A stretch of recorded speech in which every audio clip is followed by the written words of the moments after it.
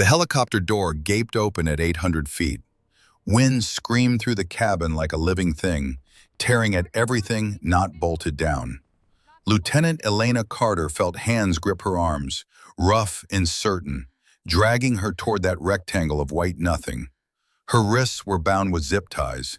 Blood ran from her temple where they'd struck her, freezing on her cheek before it could drip. Through the gap in the black hood they'd thrown over her head, she could see sky and snow becoming one, a void that promised only cold and silence.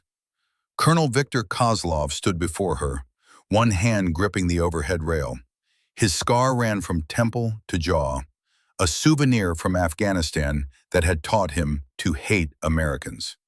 Behind him, 3 Spetsnaz soldiers watched with expressions carved from ice. "You know what you cost us?" Kozlov had to shout over the rotor wash and wind. 47 men, 47 good soldiers. We counted everybody. Elena said nothing. Her jaw was set, teeth clenched against the cold and the fear she refused to show. She'd been trained better than that. 47 men, Kozlov continued, stepping closer. And you're just one woman. He gestured to the open door, to the white abyss beyond. Ironside Brennan's prize student. His great experiment. When he watches the video of this, when he sees what happens to women who try to be soldiers, maybe he'll understand his mistake. The soldiers moved behind her, forcing her toward the edge. Her boots slid on the deck, found purchase. She set her stance, made them work for every inch. They wanted her to beg, to cry, to prove everything they believed about women in combat. She'd give them nothing. "Any last words, Lieutenant?" Elena looked him in the eye. Her voice was steady, clear despite the chaos. "Count to 48. Kozlov's smile faltered. "What?" "You're next." They shoved her hard. The helicopter disappeared above her. Sky and snow became one. The wind was impossibly loud, then impossibly silent. Time stretched and compressed and became meaningless. She saw fragments. Her father teaching her to shoot when she was 7, his patient hands adjusting her grip. The drill instructor at Basic who'd said women couldn't hack infantry training. Ironside's weathered face the day she graduated sniper school, pride barely concealed behind his gruff exterior. Marcus Webb's eyes as they dragged her away, understanding her signal. Play dead. Survive. The mathematics of terminal velocity became absurdly clear in her mind. 9.8 meters per second squared, accounting for air resistance, body position, tumbling versus stable fall. The impact force at this altitude would be... She hit. The world inverted. White became black, became red, became nothing. Somewhere far away, rotor blades faded into the storm. Silence claimed the valley. 96 hours earlier, the conference room at Fort Carson was thick with tension and the smell of bad coffee. Captain David Walsh stood at the front, pointer in hand, tactical map projected on the screen behind him. 30 soldiers sat in folding chairs, most of them men who'd served together for years, who knew each other's rhythms in combat the way musicians know a familiar song. "Gentlemen," Walsh began, then caught himself. "And lady, we have a situation." The men shifted in their seats. A few glanced toward the back of the room where Elena sat, spine straight, hands folded in her lap. She'd learned not to react to these moments. They came with the territory, inevitable as morning formation. Russian separatist forces have been detected in the Colorado Highlands. Intelligence suggests they're targeting the Pikes Peak Research Facility. Walsh clicked to the next slide. Satellite imagery showed rugged mountain terrain, dense forest, and a small cluster of buildings marked with a red circle. The facility houses classified weapons development. If it falls, the technology inside could shift the balance of power in Eastern Europe. He paused, letting that sink in. "We're establishing a defensive perimeter here, here, and here." The pointer tracked across the map. Standard company deployment. 3 platoons, rotating watch, overlapping fields of fire. Textbook defensive operation. Another slide. This one showed a ridgeline, elevation markers indicating it stood 800 feet above the valley floor. Ridge 7, observation post with clear sightlines covering the entire northern approach. It's our early warning system and our best overwatch position for the defensive line below. Walsh's expression tightened almost imperceptibly. Command has assigned this position to Lieutenant Carter. The room went silent. Not the comfortable silence of men waiting for orders, but the heavy silence of judgment being passed without words. Solo assignment, 72 hours. No relief, no rotation. Someone in the third row muttered something. Walsh ignored it. Carter will provide overwatch and tactical intelligence for all 3 platoons. Questions? A hand went up. Staff Sergeant Morrison, 20 years in, face like weathered leather. Sir, with respect, that's a critical position. Shouldn't we assign a team? Or at least pair her with... Command's decision, Sergeant. Carter has top qualification scores. She's trained for this. Another pause, weighted with things left unsaid. Dismissed. The soldiers filed out, most avoiding eye contact with Elena. She remained seated, waiting until the room cleared. Then she stood, gathered her gear, and headed for the door. Lieutenant? Walsh's voice stopped her. She turned. This isn't personal, he said, but that's a lot of responsibility for someone without combat deployment experience. I understand, sir. Do you? He moved closer, voice dropping. You'll be alone up there. No backup. If you freeze, if you hesitate, men die. My men. Can you handle that? Elena met his gaze. I was trained by the best, sir. I won't let you down. Your trainer isn't the one up on that ridge. The door opened before she could respond. Master Sergeant James Brennan stepped through, and the temperature in the room seemed to drop 10 degrees. At 67, Brennan moved like a man 20 years younger, all coiled economy and controlled strength. His beard was steel gray, his eyes the color of glacial ice. 3 rows of ribbons on his chest told a story of Korea, Vietnam, and a dozen classified operations that would never make the history books. Captain Walsh. Brennan's voice carried the rasp of too many years, shouting orders over gunfire. Might I have a word? Sergeant Brennan, this is a command briefing, not... I requested Lieutenant Carter for this assignment specifically. Brennan moved to the map, traced the ridgeline with one scarred finger. Did command mention that? Walsh's jaw tightened. No, Sergeant, they did not. Ridge 7 requires a sniper with patience, discipline, and the ability to make decisions under pressure without ego getting in the way. Brennan turned, fixing Walsh with a look that had made recruits weep. Your top 3 male snipers? I train them all. Good soldiers. But they shoot to prove something. Carter shoots to accomplish the mission. There's a difference. Sergeant, I appreciate your expertise, but her father was Sergeant Thomas Carter, served under me in Desert Storm. Best damn sniper I ever trained until his daughter came along. Brennan's expression didn't change, but something shifted in his voice. Thomas held a forward observation post alone for 4 days in 91, 96 hours. Kept an entire company alive by calling airstrikes on Republican Guard positions. You know how he died? Walsh shook his head. Stayed at his post during a chemical attack. Got his people out first. Died making sure the last man reached safety. Brennan glanced at Elena, then back to Walsh. Carters don't abandon their posts, Captain, and they don't miss. That's a hell of a legacy to live up to. She's not living up to it. She's continuing it. Walsh studied them both, calculation visible behind his eyes. Fine, but if this goes wrong, it won't. After Walsh left, Elena and Brennan stood alone in the empty conference room. The silence stretched, comfortable in the way that only comes from years of shared understanding.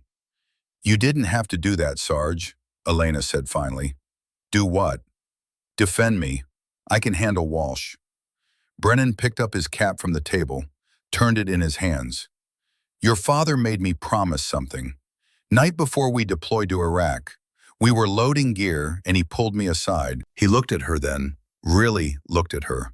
And Elena saw something she rarely saw in those ice blue eyes. Emotion. He said, Ironside, that's what the men called me then. If anything happens to me, and my baby girl ever wants to serve, you train her right. Don't let them break her.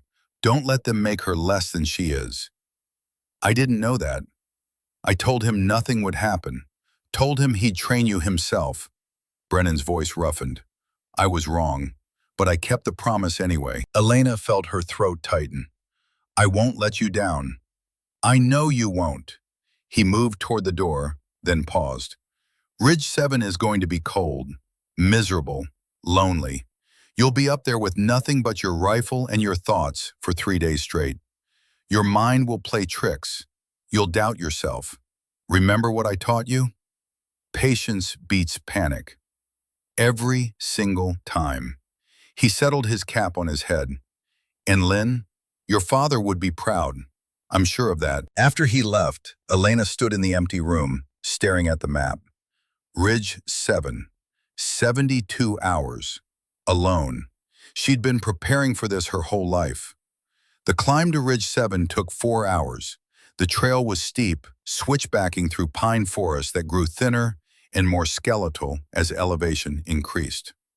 By the time Elena reached the observation post, her breath came in white clouds and the temperature had dropped to 15 degrees below zero. The post itself was a collapsed observation tower from the Cold War era, concrete and rusted steel, half buried in decades of accumulated debris.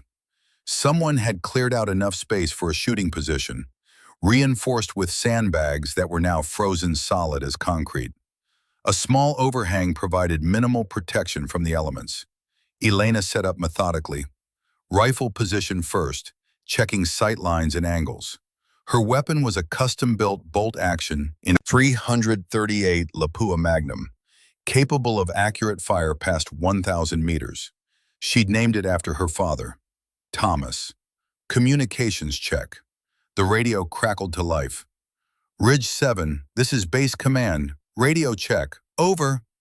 Base Command, Ridge 7, 5x5, establishing Overwatch position now. Copy, Ridge 7. Enemy contact expected within 12 hours.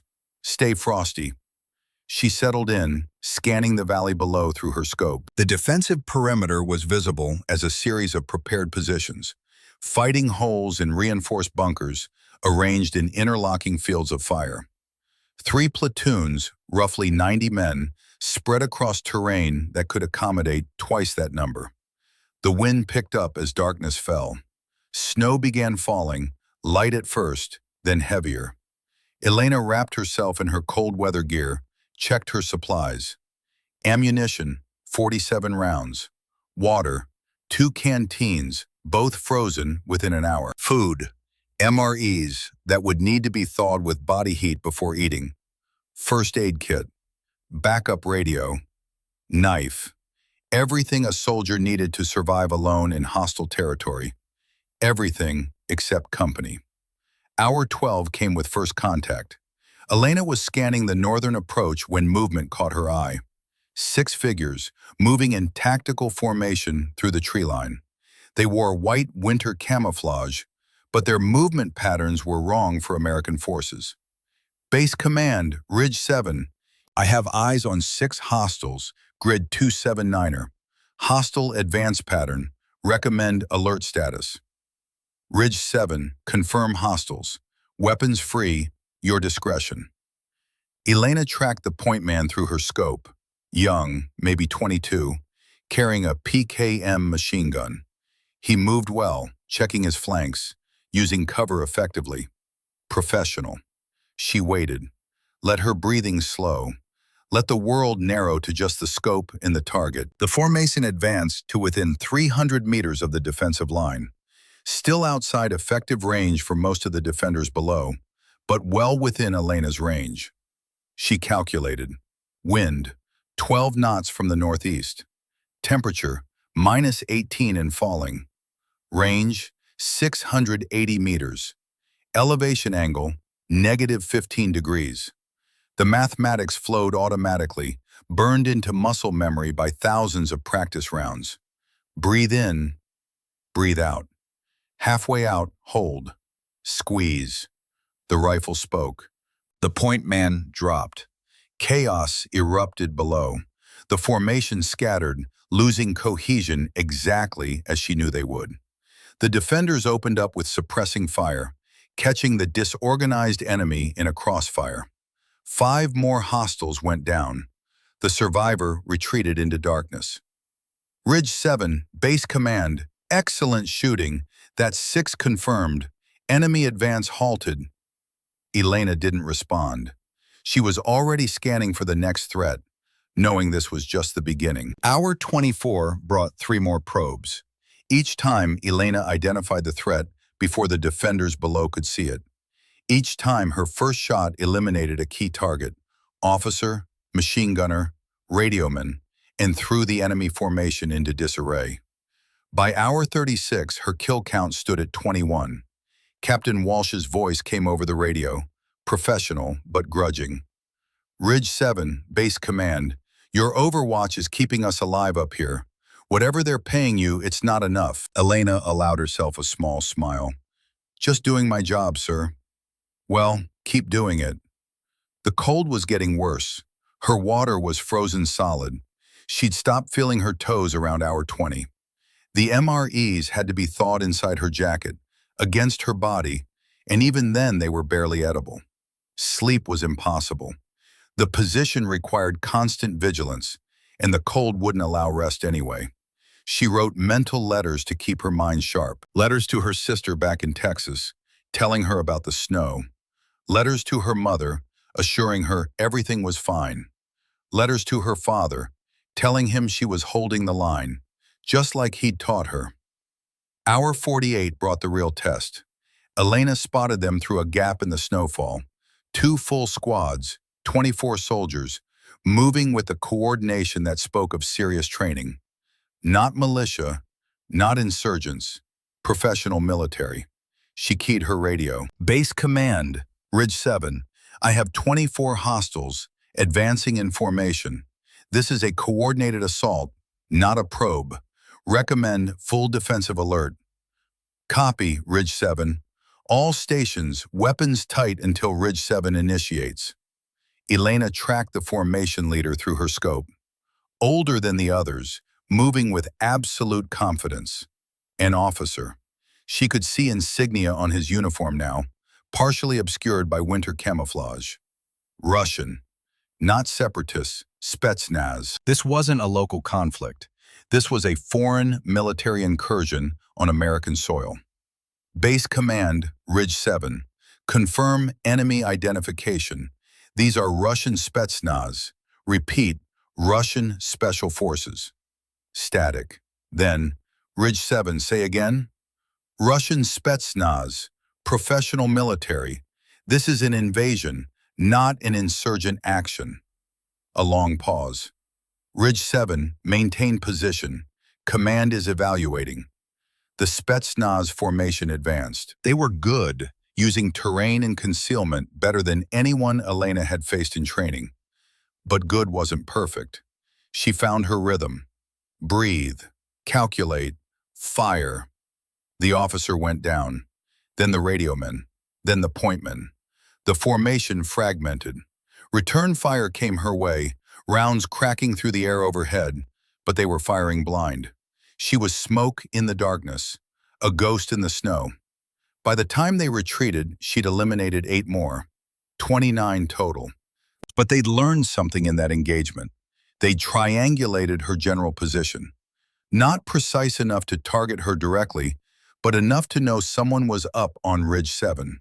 Someone who was destroying their assault formations before they could engage the main defensive line. Hour 60 came with a development that changed everything. Elena was scanning the valley when she caught a flash of light far to the north. Binoculars revealed a forward staging area, temporary structures and vehicles barely visible through the snow. And helicopters, 3 of them, attack birds designed for this kind of terrain. She keyed her radio. Base Command, Ridge 7. Enemy air assets spotted. Northern Sector. 3 attack helicopters. Grid, November 7. Recommend immediate air support. Negative, Ridge 7. Weather has grounded all aircraft. You're on your own up there. Elena watched the helicopters through her scope. They were preparing for something. Loading troops. Running pre-flight checks. They were coming for her. Hour 70 brought confirmation. One of the helicopters lifted off, running lights dark, moving low along the valley floor. It was heading toward Ridge 7. Base Command, enemy helicopter inbound to my position. They've identified me as a priority target. Ridge 7, recommend immediate evacuation. Position is compromised. Negative, Base Command. If I abandon this position, you lose overwatch. The defensive line will be blind. Lieutenant, that's a direct order. Evacuate immediately. Elena looked down at the defensive positions below. Men she'd kept alive for 3 days. Soldiers who were counting on her to see the threats they couldn't. Sir, with respect, if I leave, those men die. I'm staying. Walsh's voice came back hard as stone. Lieutenant Carter, your father died because he wouldn't abandon his post. Don't make me watch his daughter do the same thing. The helicopter was getting closer. Elena could hear the rotors now, cutting through the wind. My father died making sure his people got out alive, Elena replied. I'm making sure mine stay alive. Ridge 7, maintaining position. She cut the radio before Walsh could respond. The helicopter appeared through the snow, a black shape against white sky. It circled her position, searching. Elena pressed herself into the frozen ground, knowing her winter camouflage was her only hope. Then she heard it, a second helicopter, coming from the south. This one was American, a UH-60 Blackhawk, running low and fast. Her radio crackled. Ridge 7, this is Evac 17. We are inbound to extract you. Pop smoke and prepare for emergency extraction. Elena didn't move. The Russian helicopter was still circling, still hunting. Ridge 7, acknowledge. We are taking fire. We need you to... The transmission cut off in a burst of static and the sound of impacts. The Black Hawk lurched sideways, smoke pouring from its engine cowling. Taking fire! We're hit! We're hit! Hydraulics failing! Through her scope, Elena saw it. The Russian helicopter had forced the American bird down. Not destroyed, disabled. And now a second Russian helicopter was landing near the crash site, disgorging soldiers. This wasn't a random engagement. This was a coordinated capture operation. They weren't trying to kill her, they wanted her alive. Elena grabbed her rifle and started moving, sliding down the backside of the ridge toward the crash site. The Black Hawk had managed a controlled crash about 200 meters from her position, sliding sideways into a snowbank. She could see the crew trying to evacuate, the pilot fighting to open his door, the crew chief, Staff Sergeant Marcus Webb, pulling wounded soldiers out of the cabin. The Russian soldiers hit them fast and professional. 3-round bursts, controlled fire. The pilot went down. 2 of the wounded soldiers never made it out of the cabin. Marcus took 3 rounds defending the door, trying to give the others time. He collapsed in the snow, and Elena's heart seized. She was 150 meters out when they saw her. Shouts in Russian, weapons swinging in her direction. She dropped 2 of them before they could fire. But there were too many, too close. A rifle butt caught her across the temple. Her vision exploded in stars and darkness. She felt her weapon being torn from her grip, felt hands forcing her down into the snow. Zip ties cut into her wrists, pulled tight enough to stop circulation.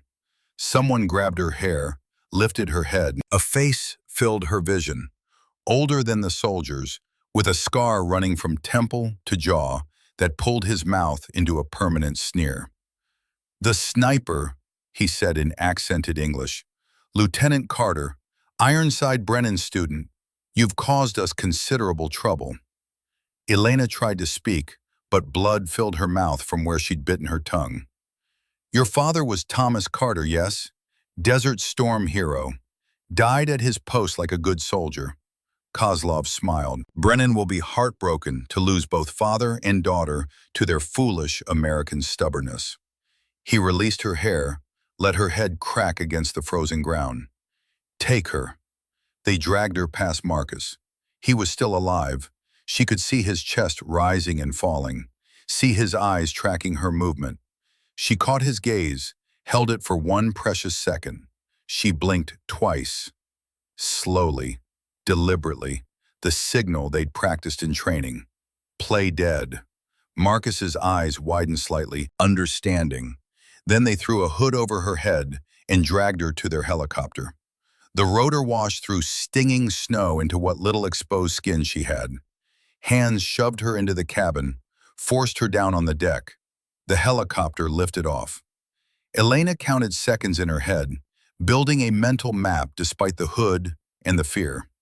Ascent duration, engine strain, the way the airframe tilted. They were gaining altitude fast, too fast for a standard extraction. The hood came off. Wind hit her like a fist. The door was wide open, nothing but white void beyond. They were high, she estimated 800 feet, maybe more. The blizzard made it impossible to judge for certain. Kozlov stood before her, one hand on the overhead rail. 3 soldiers behind him, watching her the way wolves watch wounded prey. "Do you know what you cost us?" Kozlov shouted over the wind. 47 men. 47. We counted. Elena stayed silent. Blood ran from her temple, freezing on her cheek. "And you're just one woman." He stepped closer. "We wanted to interrogate you, learn how one sniper disrupted our entire operation, but command said you're too dangerous to keep alive." He gestured to the open door. "They said, make an example. Show the Americans what happens when they send women to do a soldier's job." The men behind her moved, forcing her toward the opening. Her boots slid on the deck.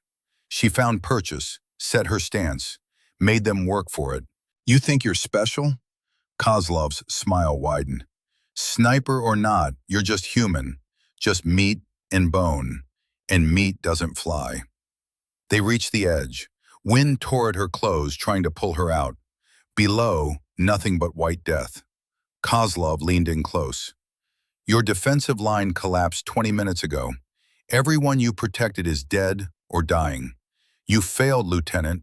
You failed your men, your country, and your father's memory." Lies. Had to be lies. But the doubt crept in anyway, cold as the wind. "Any last words?" Elena looked him in the eye. "Count to 48. His smile faltered. "What?" "You're next." They shoved her hard. The helicopter disappeared above her. Sky and snow became one. The wind was impossibly loud, then impossibly silent. She saw her father's face, heard Ironside's voice, felt the weight of 72 hours pressing down. And then she hit. The world exploded in white. Impact drove the air from her lungs. Snow compressed beneath her, absorbed just enough force to keep her alive. Just enough. Barely enough. Darkness took her. When Elena's eyes opened, white filled her vision. White above, white below, white in every direction. For one terrifying moment, she thought she was dead, that this was what came after. Then the pain hit. Deep pain. Bone pain. The kind that lived in marrow and promised things were broken that shouldn't be. She tried to move. Her right arm responded, fingers flexing. Left arm, nothing. Shoulder dislocated or worse. Both legs responded, spine intact. Small miracles. She'd landed in a snowdrift, maybe 18 feet deep, in a depression where the valley floor met the ridge. An avalanche channel filled with fresh powder that had compressed beneath her weight. Meteorologically impossible odds. Tactically irrelevant. She was alive. Elena rolled onto her side. Agony screamed through her left shoulder. She bit down hard, tasting blood from where she'd bitten through her lip during the fall. No sound. Never make sound when you don't know who's listening. Assessment. Left shoulder dislocated. 4 ribs cracked, maybe broken. Possible concussion. Lacerations across scalp and arms. hypothermia setting in fast. The zip ties still bound her wrists. She looked around for something sharp. Nothing but snow. Training kicked in despite the pain. She forced herself to her knees. The world tilted sickeningly. She waited for the vertigo to pass, focused on breathing. In through the nose, out through the mouth. Stay conscious. Stay moving. The blizzard was thinning slightly, visibility maybe 50 meters. She recognized this valley. Ridge 7 was 2 kilometers northeast. She heard it then. Engines. Multiple vehicles moving along the valley road. Search pattern. They were looking for her body. Wanted confirmation. Elena dropped flat, ignoring the fresh wave of agony. Through the swirling snow, she made out shapes. 2 trucks, moving slowly, soldiers scanning the drifts. She crawled backward into deeper snow, using her good arm and legs. Every movement was torture. Every breath felt like knives in her ribs. She reached a section of collapsed stone wall, old fortifications from some previous conflict, ducked behind it, and saw it. 20 meters to her left, half buried in snow. Her rifle. Thomas. It must have fallen out during the struggle in the helicopter, landed in the same drift system that had saved her life. The odds were astronomical, but there it was. Elena evaluated the distance, the open ground, the patrol timing. 30 seconds before they were close enough to spot movement. She moved, crawled, dragged herself forward. Her shoulder screamed. The zip ties cut deeper. Blood marked her trail, but the falling snow was already filling it in. 15 seconds. Her hand closed on the rifle stock. She pulled it close, checked the action. Snow in the barrel, useless until cleared. Magazine still seated. Couldn't check rounds with her hands bound. 10 seconds. She rolled behind the stone wall as the first truck passed. Soldiers scanning the area, weapons ready. They were looking for a corpse, not a threat. Their formations were sloppy, overconfident. Elena waited until they passed. Then she used the stone edge to saw at the zip ties. The plastic was thick, military grade. It took 4 minutes of desperate sawing, shoulder burning, vision graying at the edges. The ties parted. Blood rushed back into her hands. The pain was transcendent. She cleared the rifle barrel, cycled the action. 14 rounds remaining. The patrol disappeared into the blizzard, still searching. Elena shouldered her rifle despite the agony, started moving parallel to their track. They thought she was dead. Time to correct that mistake. The patrol had split into 2 teams. Tactical error, but understandable in the blizzard conditions. 4 soldiers in the smaller group, moving in a loose formation, checking grid squares methodically. They were cold, tired, ready for this detail to be over. Elena could tell by their posture, the way they clustered too close together for warmth instead of maintaining proper tactical spacing. She found a position 70 meters from their search pattern, using a fallen tree for concealment. The snow was her ally now, reducing visibility enough that muzzle flash would be invisible beyond 30 meters. The first soldier stopped to light a cigarette. His team leader barked something in Russian. The soldier shrugged, cupped his hands around the lighter. Elena exhaled slowly. Let the crosshairs settle. Squeeze. He dropped without understanding why. The cigarette tumbled into the snow, still burning. The others scattered immediately, trained response. But panic drove them in wrong directions. One went left toward open ground. Elena's second shot caught him mid-stride. The remaining 2 found cover behind a disabled vehicle. Smart, but they were radioing now, calling for support. Elena had maybe 2 minutes before the second patrol converged. She moved.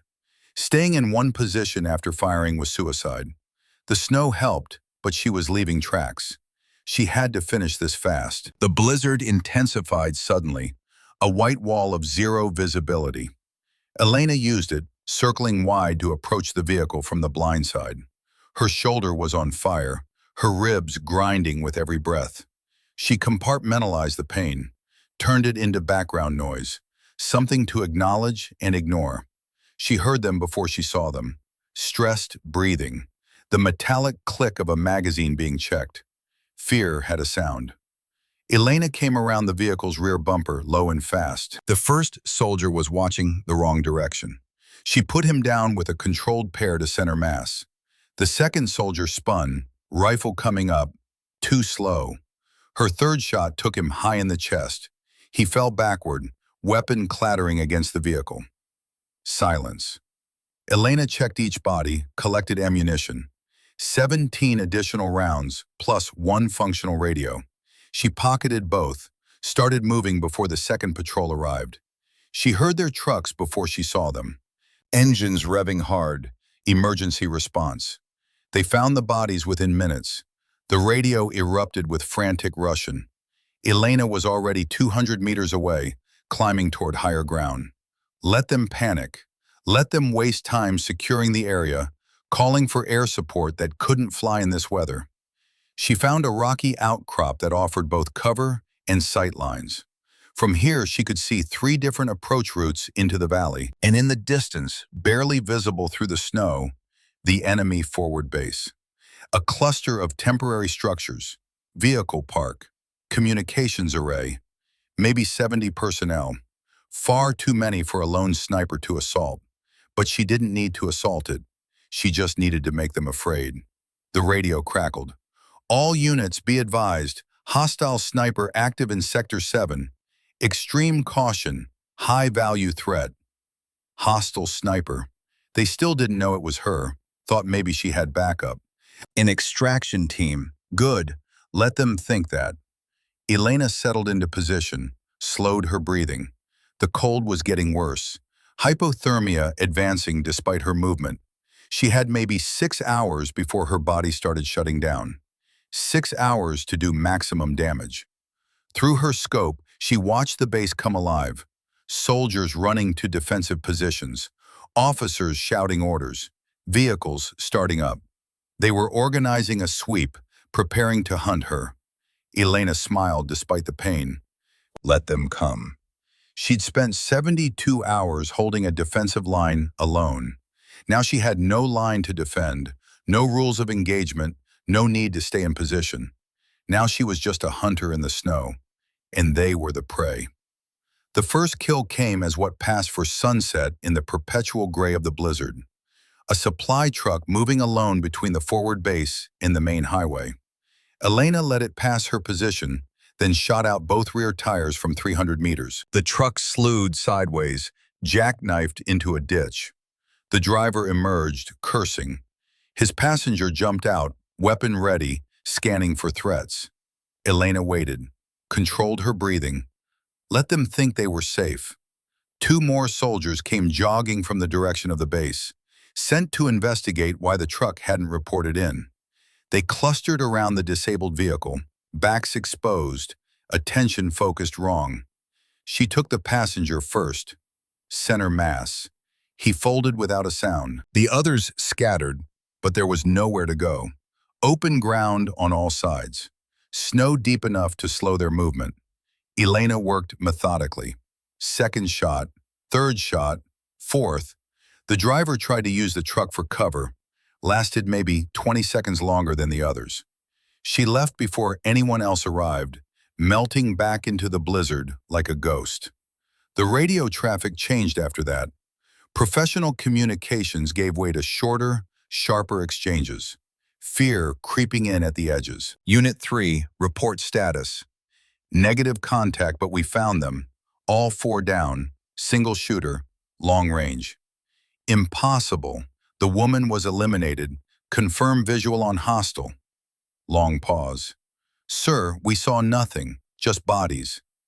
Midnight, or what Elena guessed was midnight. Her watch had stopped during the fall. She'd moved to a new position, overlooking the base's eastern perimeter. Generators hummed, providing power for lights that turned the falling snow into a wall of white static. A patrol emerged from the main gate. 6 soldiers moving cautiously, too cautiously. They were checking every shadow, every drift, wasting time on ghost hunts. Elena let them wander for 30 minutes, watching their patterns. The point man was competent but nervous. The tail gunner kept looking backward. Good instinct. wouldn't save him.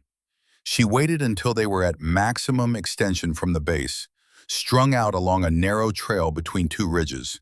Then she shot the tail gunner first. The point man spun around, saw his teammate down, started shouting commands, organizing defensive positions. Elena shot him next. The middle four soldiers did what training demanded. They went to ground, returned suppressing fire at where they thought the shot came from. Hundreds of rounds poured into empty snow. Elena was already moving, circling to a new position. She let them burn through ammunition, let them feel the creeping certainty that they were firing at nothing. When they stopped to reload, she resumed fire from a new angle. Two more down before the others broke, running for the base in pure panic. She let them run, let them spread the fear. By 0300 hours, the radio traffic had deteriorated completely. "Command, we need air support, we need—" "No aircraft can fly in this weather. You have your orders." "Our orders are suicide. There's something out there, something that—" "Maintain discipline. It's one shooter, possibly two." Standard counter-sniper protocol. Standard protocol doesn't work against ghosts. Elena smiled grimly at that. Ghost. She liked it. Her ammunition was down to 8 rounds. She'd pushed her body past reasonable limits. The cold had progressed from painful to numbness, which was worse, much worse. Frostbite setting in. She'd lost feeling in 3 toes. But the base was terrified now. She could hear it in their voices, see it in their movements. Soldiers refusing to leave the perimeter. Officers struggling to maintain order. Phase 1 complete, time for Phase 2. The radio gave him away. Elena had been monitoring enemy communications for hours, learning their patterns. Most transmissions came from various unit leaders, but one voice kept appearing, calm, controlled, issuing orders that the others actually followed. The commander. She traced his signal through the chatter, triangulating based on transmission strength and response times. He was mobile, moving between positions to maintain morale. Smart, but mobile meant exposed. At 0400 hours, she heard what she needed. Colonel Kozlov arriving at Checkpoint Delta in 5 minutes. Have the status report ready. Delta checkpoint. Elena checked her mental map of the base perimeter. Northeast corner where the vehicle park met the communications array. She'd scouted it earlier. Good sight lines from a collapsed bunker 200 meters out. She started moving, ignoring her body's protests. The cold had progressed beyond pain into something almost peaceful. Dangerous. She bit her tongue hard enough to draw blood, using the sharp pain to stay focused. The bunker was partially buried in snowdrift, offering perfect concealment. Elena cleared the firing position, set up with her last 8 rounds arranged within easy reach. Then she waited. A vehicle approached from the base interior. UAZ 469, standard Russian field car. It stopped at the checkpoint. 2 soldiers emerged from the guard post to meet it. The rear door opened. Colonel Kozlov stepped out into the light. Mid-50s, winter combat uniform with too many medals, moving with the confidence of a man who'd never been personally threatened on a battlefield. Elena could have taken the shot then. Easy kill, 200 meters, minimal wind. But she waited. Kozlov walked to the guard post, went inside. His aide followed, closing the door behind them. Through a gap in the sandbags, Elena could see them studying a map table. Kozlov gesturing, explaining something to the nervous guards.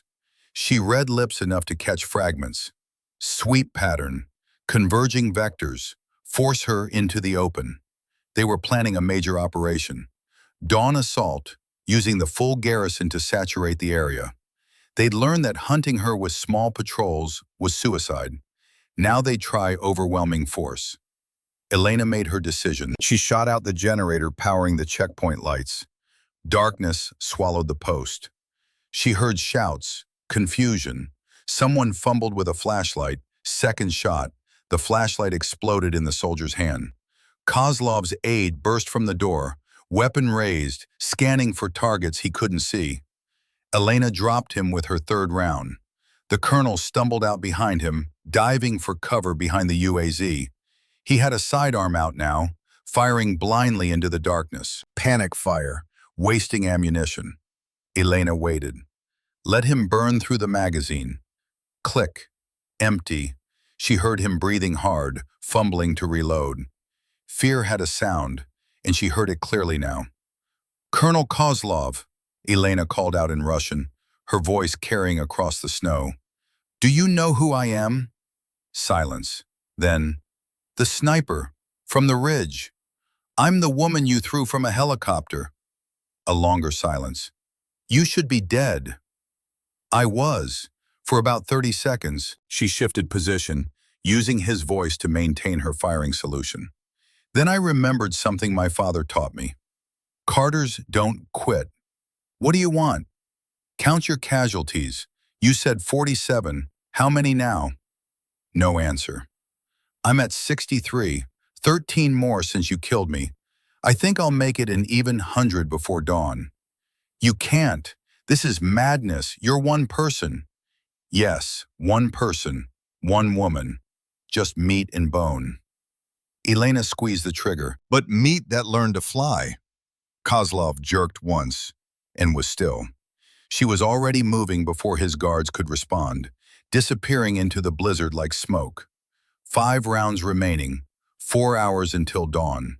The enemy base erupted like a disturbed ant colony. Elena watched from her new position, a rocky promontory 800 meters northwest. They were abandoning all pretense of discipline now. Soldiers running between buildings, officers screaming contradictory orders, vehicles starting up without clear destinations. Kozlov's death had broken something fundamental in their command structure. She'd taken his radio. Through it, she heard the chaos. Command is down. Colonel Kozlov is dead. We need immediate... This is Major Volkov. I'm assuming field command. All units hold positions. Holding positions is what got us killed. We need to evacuate. Evacuation is not authorized. Hold your... Elena keyed the radio, letting them hear the click. Silence fell across the frequency. Then she spoke, her Russian accented but clear. This is the ghost in the snow. I'm giving you one chance. Abandon your vehicles and weapons. Walk north to the highway. You have 30 minutes. Chaos exploded across the channel. It's her. She has the colonel's radio. How is she still... Everyone shut up. This is Volkov. Unknown hostile. Your threats are... Elena shot out the communications array from 800 meters. The massive antenna structure collapsed in a shower of sparks, cutting their link to higher command. The radio went dead. Now they were truly alone. She gave them 15 minutes, watching through her scope as they argued. Some wanted to flee. Others wanted to fight. The indecision was paralyzing them. Then she saw movement from the south. Friendly forces. Her defensive line hadn't collapsed. Somehow they'd held. And now they were advancing, 2 platoons at least, moving in proper formation, exploiting the gap her campaign had created in enemy defenses. Elena keyed her secondary radio, the one she'd kept from her original unit. Bravo 6, this is Overwatch.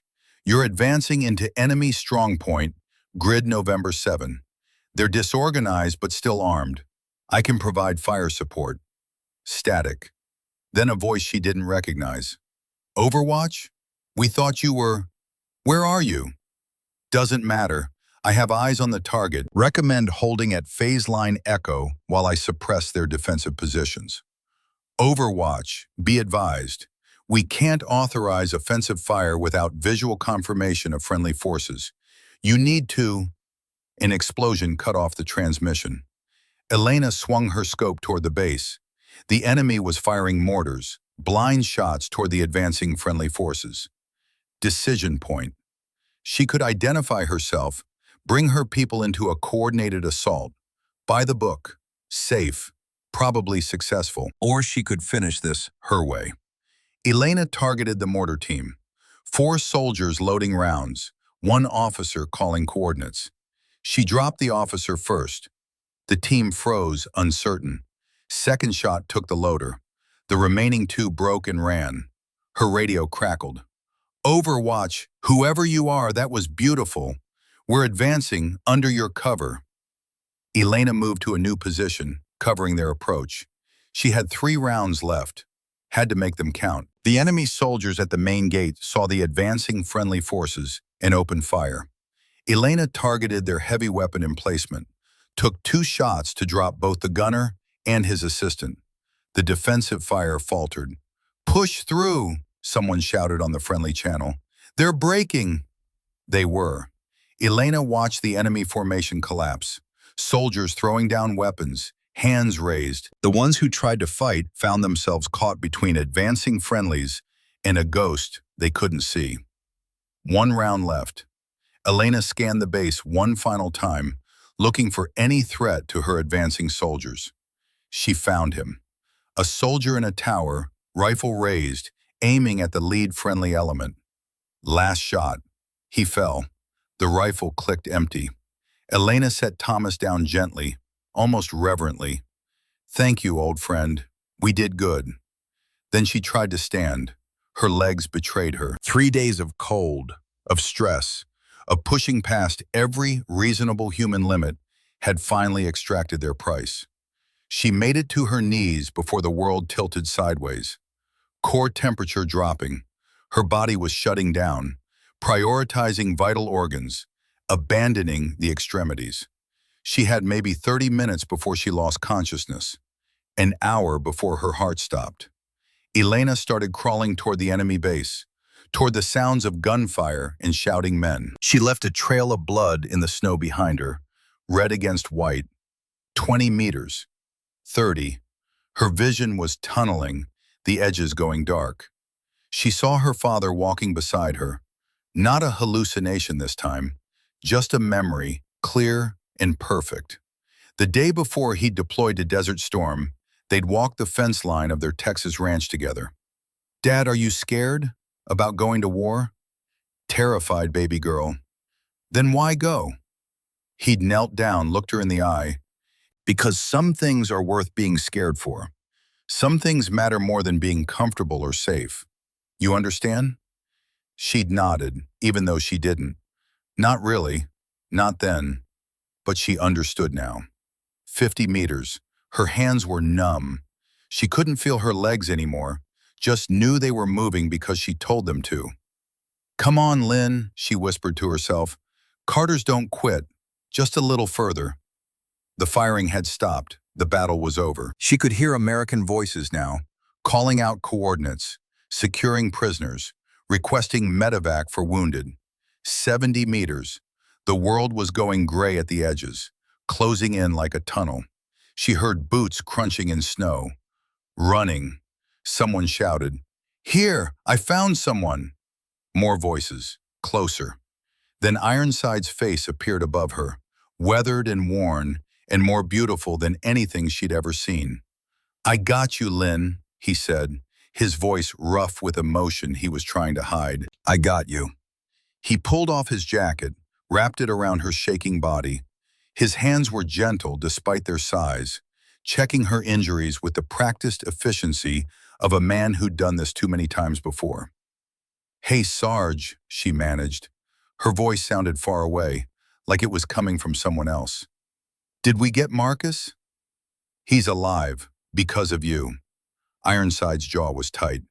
"Private Jackson, get me a med kit, now!" A young soldier appeared beside him, maybe 22, looking terrified. He fumbled with the medical supplies. "Sir, her core temp has to be in the 80s. We need to warm her now, or we're going to lose her." "Then warm her, Private, whatever it takes." They wrapped her in emergency blankets, heat packs pressed against her core. Jackson got an IV started, warm saline flowing into her veins. But Elena could feel herself sliding away, the cold claiming territory her body couldn't defend anymore. "Stay with me, Lynn." Ironside's voice cut through the fog. "Remember Korea training? I told you about Chosin Reservoir. Marines held in minus 40-degree weather for 2 weeks. You're tougher than any Marine. You hear me?" She tried to nod, wasn't sure if she succeeded. Your father would be so damn proud of you right now. Holding that ridge for 72 hours, falling 800 feet and getting back up. Saving your crew chief. Destroying an entire enemy force. That's not just soldiering, Lynn. That's legend. Did I make it to 48? The words were slurred. Ironside smiled, and she saw tears freezing in his beard. 76, Lynn. You made it to 76. Boots approached. Marcus Webb appeared limping, one arm in an improvised sling, but alive and moving under his own power. When he saw Elena, something broke in his expression. He knelt in the snow beside her. Ma'am, you came back. You fell 800 feet, and you came back for me. Elena managed a smile. Couldn't let good crew chief go to waste. Ma'am, that shot, Marcus's voice cracked. I felt the bullet pass my ear. I heard the sonic crack. You threaded a needle at 400 meters in a blizzard. How is that even possible? Training, she whispered, and really good teacher. Ironside gripped her good hand. Medevac is inbound. 2 minutes out. You just hold on. You understand me? That's an order, Lieutenant. Yes, Sergeant. But she could feel herself fading. The cold was inside her now, in her bones, in her blood, deeper than any heat pack or warm blanket could reach. Her eyes drifted closed. Lynn! Elena! Ironside's voice was sharp. Open your eyes. Look at me. She forced them open. Saw him there, this man who'd kept a promise to a dead friend for 28 years. I kept the promise, Sarge. Told you, Carters don't quit. I know you did, but you're not done yet. You hear that helicopter? That's your ride home. You're going to get on that bird and you're going to survive this, just like you survived everything else. The helicopter appeared through the snow, a Black Hawk with red crosses painted on its sides. It settled into a clearing 30 meters away, medics already jumping out with a stretcher. They loaded her quickly, efficiently. Ironside climbed in beside her, refusing to let go of her hand. As the helicopter lifted off, Elena looked out the door at the valley below. Ridge 7, where she'd held the line. The crash site where they'd taken her. The route she'd crawled, leaving blood in the snow. The enemy base she'd terrorized for 3 days. It looked peaceful from up here, just white mountains and falling snow. Beautiful. Her eyes closed again. Darkness claimed her. She woke to beeping machines and the smell of antiseptic. For a confused moment, she thought she was back at Fort Carson. Then the pain reminded her. Everything hurt. That meant she was alive. Elena opened her eyes. White ceiling tiles, fluorescent lights, an IV in her arm, monitors beside the bed displaying vital signs that looked almost normal. Welcome back, Lieutenant. She turned her head slowly. Ironside sat in a chair beside her bed, looking like he hadn't slept in days. His uniform was wrinkled, his beard unkempt, his eyes red-rimmed. How long? 48 hours. They had to put you in a medically induced coma to stabilize your core temperature. You were at 82 degrees when the medevac got you here. The doctors said... He stopped, cleared his throat. They said you shouldn't have survived. Not miracle, just stubborn. He laughed, but it sounded wet. That's what I told them. I said, you don't know the Carters. They're too damn stubborn to die when it's inconvenient. Elena tried to sit up. Pain exploded through her left shoulder and ribs. Ironside was there immediately, helping her, adjusting the bed. Easy. You've got 4 broken ribs, a dislocated shoulder that they had to surgically repair, severe frostbite on your right foot, multiple lacerations, and a concussion. The doctors want you on bed rest for at least another week. My toes? You're losing 3 of them. Right foot, the frostbite was too severe. Surgery is scheduled for tomorrow. He said it gently but matter-of-fact. No pity, just information. She nodded. 3 toes was a small price. Marcus? Alive. Recovering 2 rooms down. He's been asking about you every hour. The defensive line? Held, thanks to you. We lost 4 men total over the 3-day engagement. Without your overwatch, command estimates we would have lost 30 or more. Ironside leaned forward. Lynn, you saved lives. A lot of lives. The door opened. Captain Walsh entered, cap in hand. Behind him came Colonel Harrison in dress blues, ribbons covering his chest. Lieutenant Carter. Walsh's voice was formal, but something had changed in his expression. How are you feeling? Like I fell 800 feet, sir. A ghost of a smile crossed his face. I imagine so. He stepped aside. This is Colonel Harrison, base commander. Harrison moved to her bedside, maybe 58, iron gray hair, weathered face of a combat veteran. Lieutenant Carter, I'll keep this brief, but there are some things that can't wait. He pulled a small box from his pocket. The president wanted to present this personally, but Sergeant Brennan insisted we couldn't wait. He said, and I quote, "Carters don't like waiting around for politicians." He opened the box. Inside, on blue ribbon, was the Medal of Honor.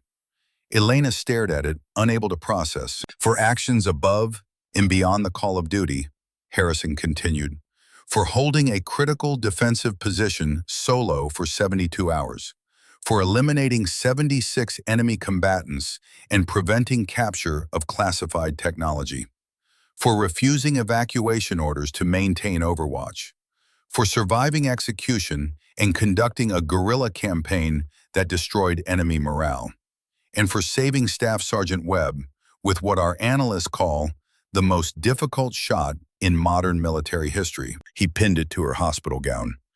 You proved something up there, Lieutenant. You proved that courage has no gender, that skill and determination matter more than size or strength, that one soldier who refuses to quit can change the course of a battle. Harrison stepped back, came to attention, and saluted. Walsh saluted. Ironside saluted. Elena tried to return it with her good arm, tears streaming down her face.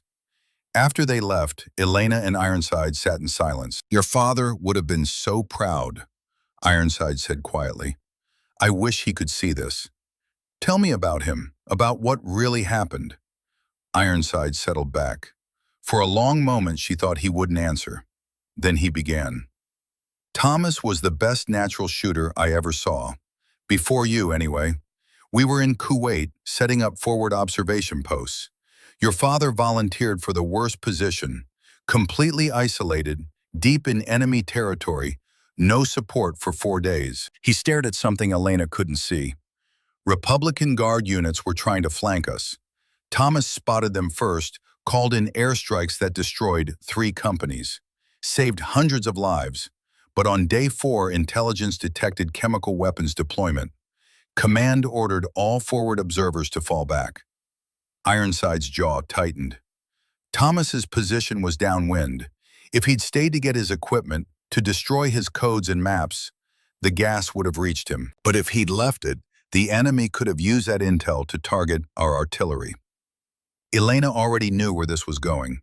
He stayed, got his gear destroyed, codes burned, maps shredded. By the time he started moving, the gas was already there. He made it 200 meters before it killed him. They told us it was quick, Elena whispered. It wasn't. Ironside's voice was flat. But he didn't stop moving until he knew his people were safe. The last thing he said on the radio was, "Tell Brennan to watch over my baby girl. Tell him I kept the line."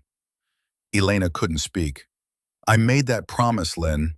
Standing over his flag-draped coffin at Arlington, I promised him I'd watch over you, that if you ever wanted to serve, I'd train you right. And I kept that promise, just like you kept his legacy.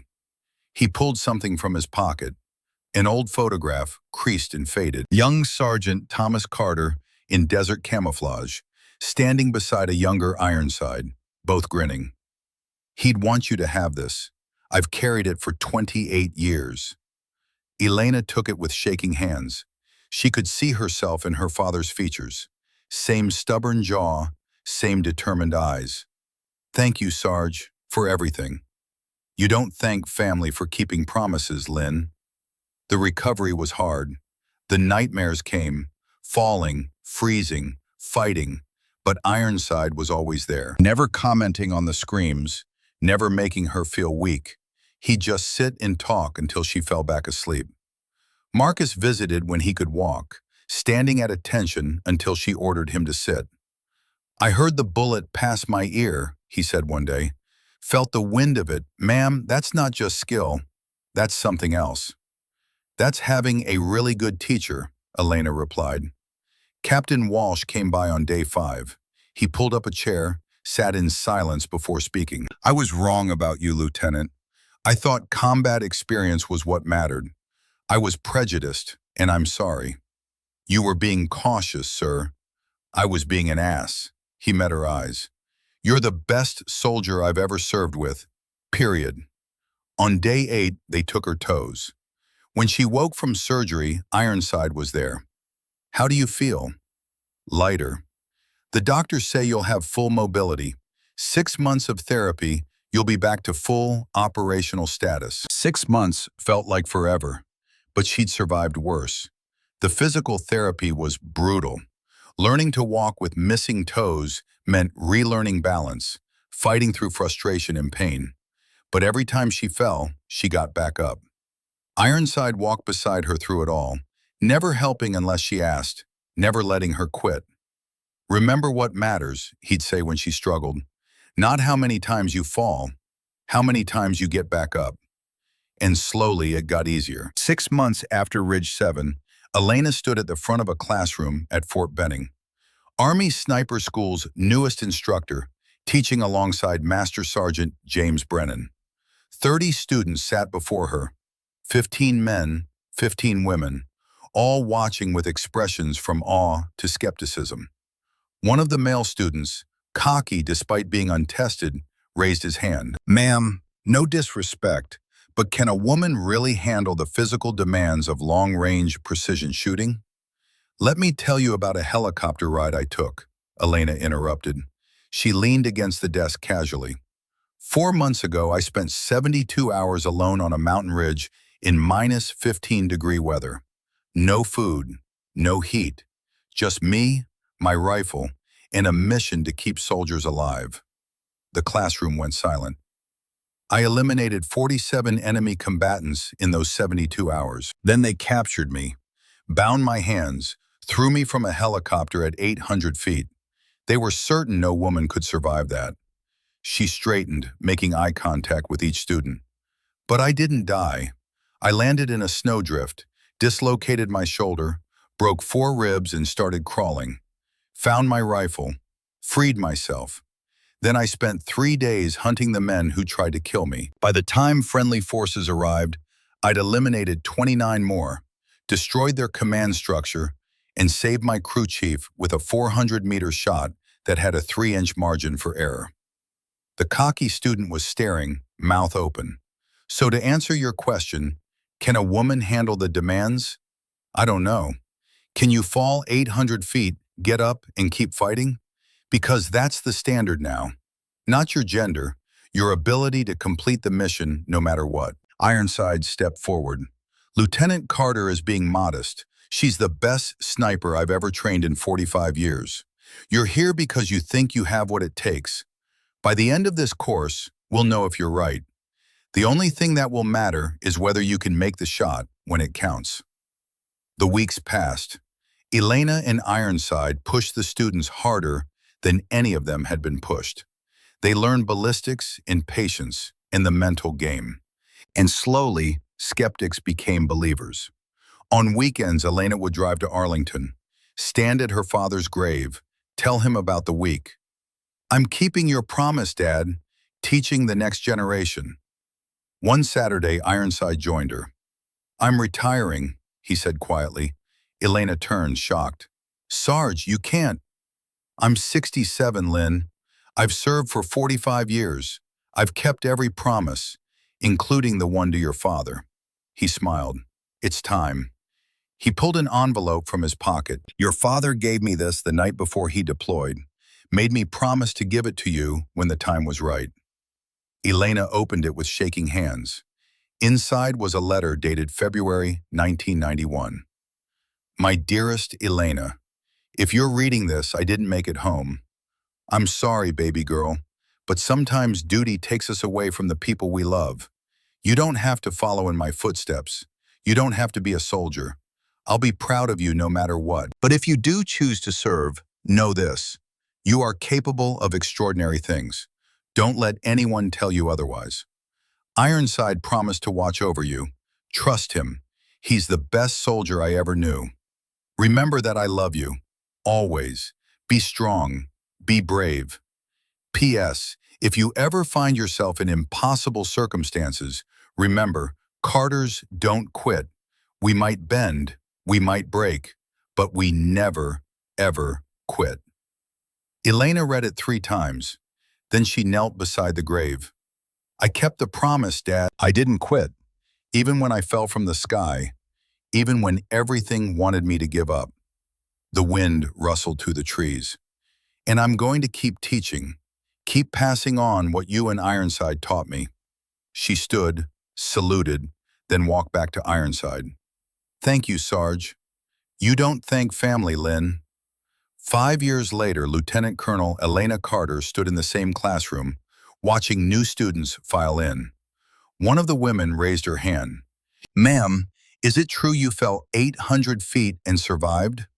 Elena smiled. Yes, but that's not the important part. What is? That I got back up, that I kept fighting, that I refused to let impossible circumstances define me. She moved to the front. Being a sniper isn't about making impossible shots. It's about choosing, every single day, to be better than yesterday. To push past limits you thought were absolute. To stand your ground when everything screams, run. She picked up her rifle. Thomas, still perfect. Welcome to Army Sniper School. For the next 12 weeks, we're going to push you past every limit, and at the end, you'll understand what it means to be a sniper. She chambered around. I'm Lieutenant Colonel Elena Carter. Some know me as the Snow Ghost, but here I'm just your instructor, and I'm going to teach you everything I know about surviving the impossible. She set Thomas on her desk. Let's begin. 15 years after Ridge 7, Elena stood at Arlington again, this time beside Ironside's casket. Master Sergeant James Brennan had passed quietly, having lived to 82. The funeral was massive, hundreds he'd trained, officers whose lives he'd saved. Elena stood at attention in dress blues, dry-eyed despite the grief. Ironside wouldn't want tears. As the ceremony concluded, Elena stepped forward. She removed her Medal of Honor, held it, then placed it in the casket with a note. You kept your promise. I'll keep mine. Lynn. Ironside's daughter approached. Colonel Carter, what did you put in? A promise, Elena said. One he made to my father 28 years ago, and one I'm making to him. What promise? Elena looked at the rows of white headstones. To pass it on, to make sure his legacy lives, to teach the next generation. So somewhere, always, there's a soldier who knows what it means to hold the line. She saluted one final time, then walked to where her students waited. Ma'am, one said quietly, will you tell us about him? Elena looked at their young faces. Get in the car, I'll tell you on the way. As they drove through Arlington's gates, Elena began. Let me tell you about a promise, about a soldier who kept his word across decades and wars and generations. The car disappeared, carrying those stories forward, carrying the legacy forward. In the Colorado Rockies, snow continued to fall on Carter's Ridge, silent, patient, unforgiving. And somewhere in those mountains, legends whispered, stories of the snow ghost who fell from the sky and got back up, who refused to die, who kept fighting when fighting seemed impossible. The stories would fade, memory would become myth, but the promise would remain. Soldiers would stand their ground, teachers would pass on knowledge, students would become instructors, and generation after generation would learn the same truth that Thomas Carter taught his daughter. that Elena taught her students, that echoes through every training ground. The truth isn't complex. It doesn't require elaborate explanation. When you fall, you get back up. When they say you can't, you prove them wrong. When everything screams quit, you hold the line. Because some promises matter more than comfort, more than safety, more than fear. The promise to stand when others run. The promise to fight when others surrender. The promise to teach what you learned so the next generation stands taller. Carters don't quit. Neither do soldiers. Neither do those who understand what legacy truly means. Keep the promise, no matter what.